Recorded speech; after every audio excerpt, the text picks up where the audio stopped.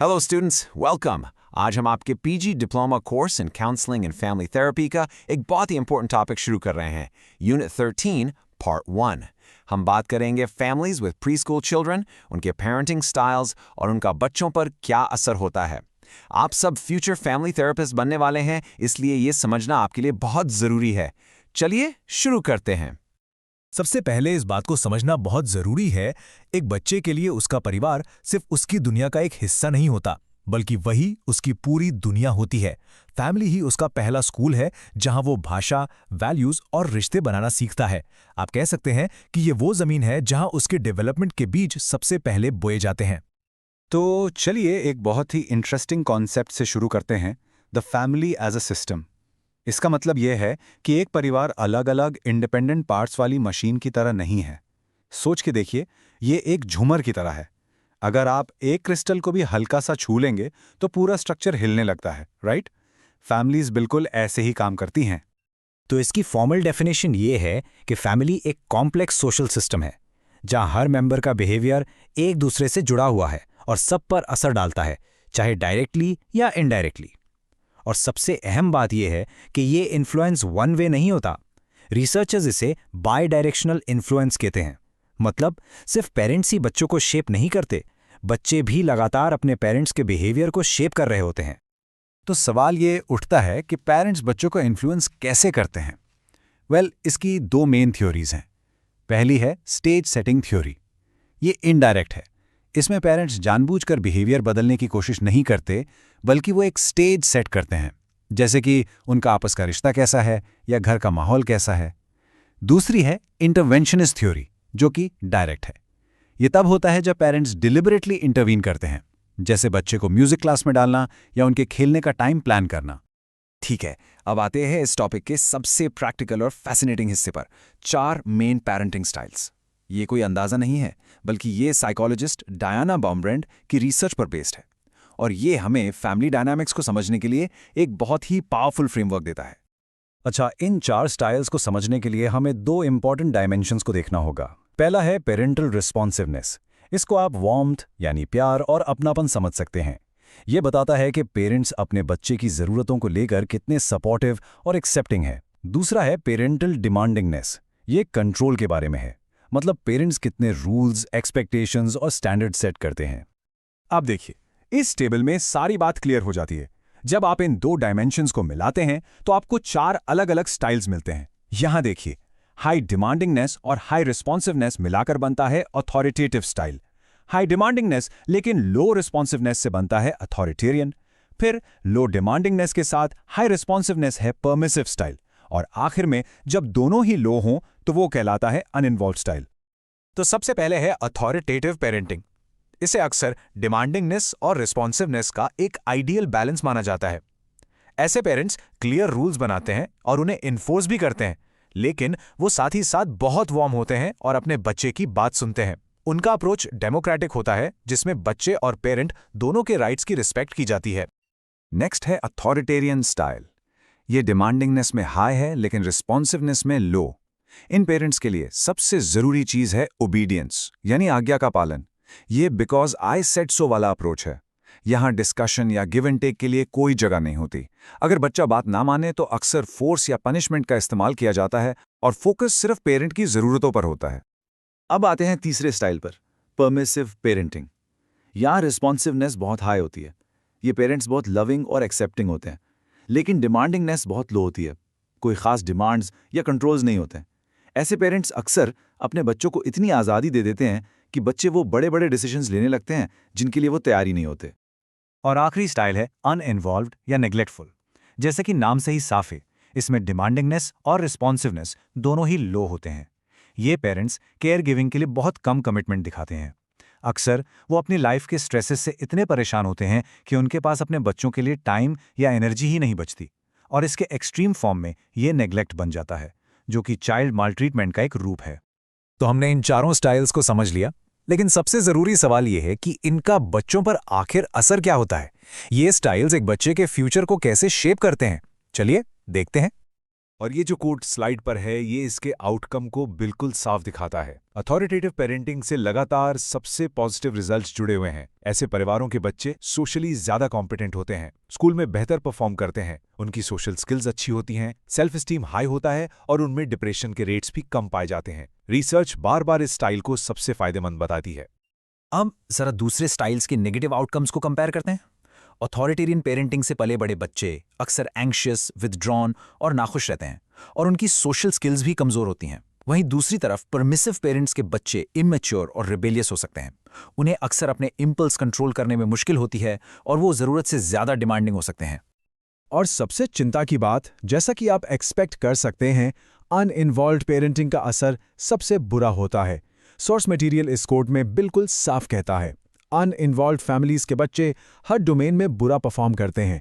इसका मतलब है सोशली, इमोशनली और एकेडमिकली उनका डेवलपमेंट हर तरफ से सफ़र करता है। लेकिन यह सोचना गलत होगा कि पेरेंट्स बस एक मेन्यू से कोई स्टाइल चुन लेते हैं। आखिरकार कोई भी पेरेंट जानबूझकर अनइन्वॉल्व नहीं बनना चाहता। तो वो कौन सी एक्सटर्नल फोर्सेस हैं जो एक इंसान के पेरेंटिंग स्टाइल को असल में शेप करती हैं? चलिए थोड़ा पीछे हटकर इसकी बड़ी पिक्चर देखते हैं। पता चलता है कि इसके पीछे बहुत सारे फैक्टर्स काम करते हैं। पेरेंट की अपनी एजुकेशन और जॉब से लेकर उनकी फाइनेंशियल सिचुएशन और कल्चरल बैकग्राउंड तक, यहाँ तक कि उनकी अपनी परवरिश कैसे हुई, फैमिली मेंबर्स की हेल्थ और फैमिली का साइज, ये सब चीज़ें इस बात पर गहरा असर डाल सकती हैं कि वो अपने बच्चों को कैसे पालते हैं। तो ये सब जानने के बाद हमारे सामने एक बड़ा सवाल खड़ा होता है। यहाँ बात पेरेंट्स को ब्लेम करने की नहीं है, बल्कि उन प्रेशर्स को समझने की है जिनका वो सामना करते हैं। ये आपको सोचने पर मजबूर करता है कि आखिर परिवारों को इन एक्सटर्नल फोर्सेस से निपटने और एक पॉजिटिव माहौल बनाने के लिए किस तरह के सपोर्ट की जरूरत है ताकि बच्चे आगे बढ़ सकें। इस पर जरूर सोचिए। Thank you. Hello everyone, welcome. आज हम हमारे counselling and family therapy course के यूनिट 13 का अगला हिस्सा डिस्कस करेंगे। ये चैप्टर उन फैमिलीज के बारे में है जिनके बच्चे प्री स्कूल ईयर्स में हैं। एक बहुत ही डायनामिक और क्रूशियल स्टेज। एक फैमिली काउंसलर के लिए एक प्री स्कूलर की दुनिया को समझना बहुत ही जरूरी है। तो चलिए देखते हैं कि ये फेज इतना इंपॉर्टेंट क्यों है। देखिए, इस स्टेज पर फैमिली डायनामिक्स को ठीक से समझने के लिए आपको पहले एक प्री स्कूलर की नज़रों से उनकी दुनिया देखनी होगी। और जैसा कि आप यहाँ देख सकते हैं, उनकी दुनिया 3 चीज़ों से बनी है: बहुत तेज़ी से होने वाली ग्रोथ, लगातार खेलना और हर दिन कुछ नया डिस्कवर करना। तो ये है आज का हमारा रोड मैप। सबसे पहले हम प्री स्कूलर्स की दुनिया को एक्सप्लोर करेंगे। फिर हम देखेंगे कि परिवार उनका पहला स्कूल कैसे बनता है। उसके बाद हम उन कॉमन डेवलपमेंटल चैलेंजेस को समझेंगे जो इस एज में आती हैं। और आखिर में हम डिसिप्लिन के कॉन्सेप्ट को रीडिफाइन करेंगे कि ये सजा नहीं बल्कि सिखाना है। तो शुरू करते हैं पहले टॉपिक से, प्री स्कूलर की दुनिया। यहाँ हम 3 से 6 साल के बच्चों के फंडामेंटल डेवलपमेंटल ट्रेट्स को समझेंगे। इसे आप फाउंडेशन समझिए। इसके बिना आप किसी फैमिली के चैलेंजेस को आगे इफेक्टिवली एड्रेस ही नहीं कर पाएंगे। फिजिकली इस एज के बच्चे एनर्जी के छोटे छोटे पावर हाउसेस होते हैं। वो आराम से दौड़ सकते हैं, जंप कर सकते हैं और अब तो ट्राईसाइकिल भी चला लेते हैं। साथ ही उनके फाइन मोटर स्किल्स भी डेवलप हो रहे हैं, जैसे खुद से खाना, अपने शूज पहनना या कैंची से काटने की कोशिश करना। ये जो नई फिजिकल इंडिपेंडेंस आती है ना, ये उनके आसपास की दुनिया से इंटरैक्ट करने का तरीका ही बदल देती है। अब सोशल और इमोशनल लेवल पर उनकी दुनिया और भी कॉम्प्लेक्स हो जाती है। वो पैरेलल प्ले से आगे बढ़ते हैं, यानी एक दूसरे के बगल में खेलने से आगे बढ़कर कोऑपरेटिव प्ले शुरू करते हैं, जिसमें वो साथ खेलते हैं, अपनी बारी का इंतजार करना सीखते हैं। उनके इमोशंस बहुत एक्सट्रीम होते हैं, पर थोड़ी ही देर के लिए। और एक बहुत इंपॉर्टेंट बात, फिजिकल एग्रेशन जैसे मारना कम हो सकता है, पर वर्बल एग्रेशन जैसे चिढ़ाना बढ़ सकता है।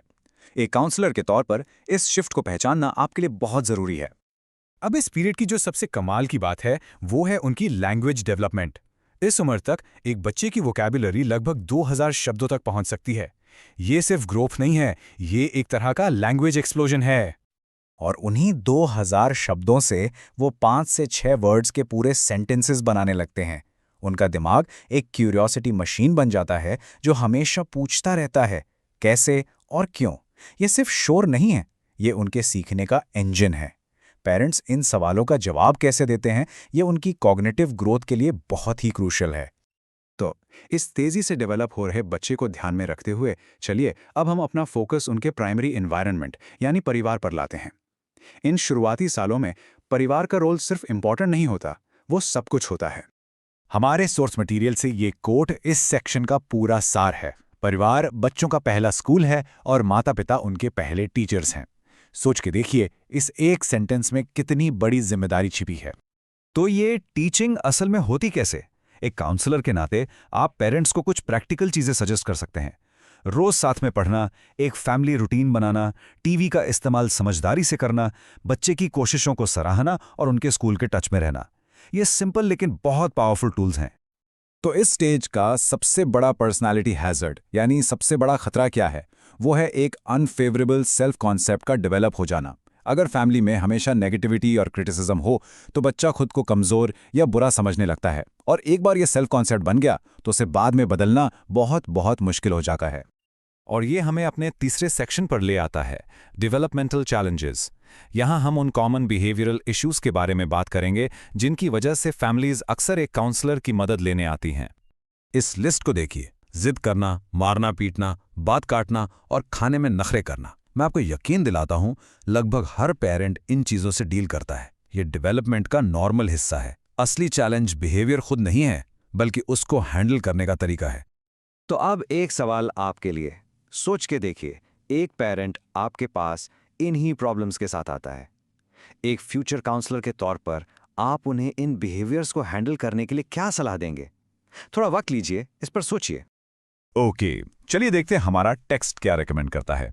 जिद करने पर सबसे अच्छा तरीका है उसे इग्नोर करना ताकि उस बिहेवियर को अटेंशन ना मिले। मारपीट के लिए टाइम आउट का इस्तेमाल करें, पर कभी भी सजा के तौर पर मारें नहीं। खाने की बुरी आदतों के लिए आदत से हेल्दी खाना दें और एक शेड्यूल मेंटेन करें। और बात काटने पर उन्हें प्यार से इंतजार करना सिखाएं, लेकिन एक्सपेक्टेशंस आपसे रियलिस्टिक रखें। इन सब में सबसे जरूरी चीज है कंसिस्टेंसी। और ये हमें ले आता है हमारे आखिरी और शायद सबसे इंपॉर्टेंट सेक्शन पर। यहाँ हम डिसिप्लिन के कॉन्सेप्ट को एक नए नज़रिए से देखेंगे। हमें अपनी सोच बदलनी है। डिसिप्लिन सजा नहीं है, डिसिप्लिन सिखाना है। इस डेफिनेशन को बिल्कुल क्लियर कर लेते हैं। हमारे सोर्स टेक्स्ट के अनुसार डिसिप्लिन और पनिशमेंट एक ही चीज नहीं है। डिसिप्लिन का असली मतलब है टीचिंग, बच्चे को सही और गलत का फर्क सिखाना। ये एक एजुकेशनल प्रोसेस है। और ये स्लाइड इस पॉइंट को बहुत ही अच्छे से समझाती है, 3 अलग अलग डिसिप्लिन स्टाइल्स को कंपेयर करके। पहला, पावर असर्शन, धमकी या फिजिकल फोर्स का इस्तेमाल जिससे बच्चा और अग्रेसिव बनता है। दूसरा, लव विड्रॉल, नाराजगी दिखाना या मजाक उड़ाना जिससे बच्चे में इनसिक्योरिटी आती है। और इन सबसे इफेक्टिव स्टाइल है इंडक्शन, जिसमें आप कारण और एक्सप्लेनेशंस देते हैं। इससे बच्चा समझता है और उसका बिहेवियर आगे जाकर बेहतर होता है। तो आप पेरेंट्स को क्या प्रैक्टिकल टेक्निक्स रेकमेंड कर सकते हैं? पहला, साफ नियम बनाएं और उन पर टिके रहें। दूसरा, अच्छे बिहेवियर को रिवॉर्ड करें। तीसरा, नेचुरल कॉन्सिक्वेंसेस का इस्तेमाल करें। चौथा, एक बिहेवियर चार्ट ट्राई कर सकते हैं विजुअल ट्रैकिंग के लिए। और पांचवा, टाइम आउट्स का सही इस्तेमाल करें सेल्फ रेगुलेशन सिखाने के लिए। ये इमेज इस कॉन्सेप्ट को बिल्कुल साफ कर देती है। एक बच्चे को शेयर ना करने पर डांटने से कहीं ज्यादा असरदार है उसे तब प्रेज करना जब वो शेयर करता है। पॉजिटिव रीइंफोर्समेंट हमेशा पनिशमेंट से ज्यादा पावरफुल होता है। आखिर में ये सारी बातें एक हेल्दी पेरेंट चाइल्ड रिलेशनशिप पर आकर टिकती हैं, और उसके लिए कुछ गोल्डन रूल्स हैं। बच्चे के सामने डिसिप्लिन पर कभी आपस में बहस ना करें, खुद एक पॉजिटिव रोल मॉडल बने, अच्छे बिहेवियर को तारीफ या प्यार से रिवॉर्ड करें, और सबसे ज़रूरी, रोज़ थोड़ा क्वालिटी टाइम एक साथ एंजॉय करने के लिए ज़रूर निकालें। तो हम इस एक्सप्लेनर को एक आखिरी सवाल के साथ खत्म करेंगे। हमने देखा कि एक फेवरेबल सेल्फ कॉन्सेप्ट डेवलप करना बचपन का सबसे बड़ा चैलेंज है। तो एक काउंसलर के तौर पर आप फैमिलीज की मदद कैसे करेंगे ताकि वो अपने बच्चों में इमोशनल सिक्योरिटी और पॉजिटिव सेल्फ वर्थ की नींव रख सकें? ये वो अहम सवाल है जिस पर आपको सोचना है।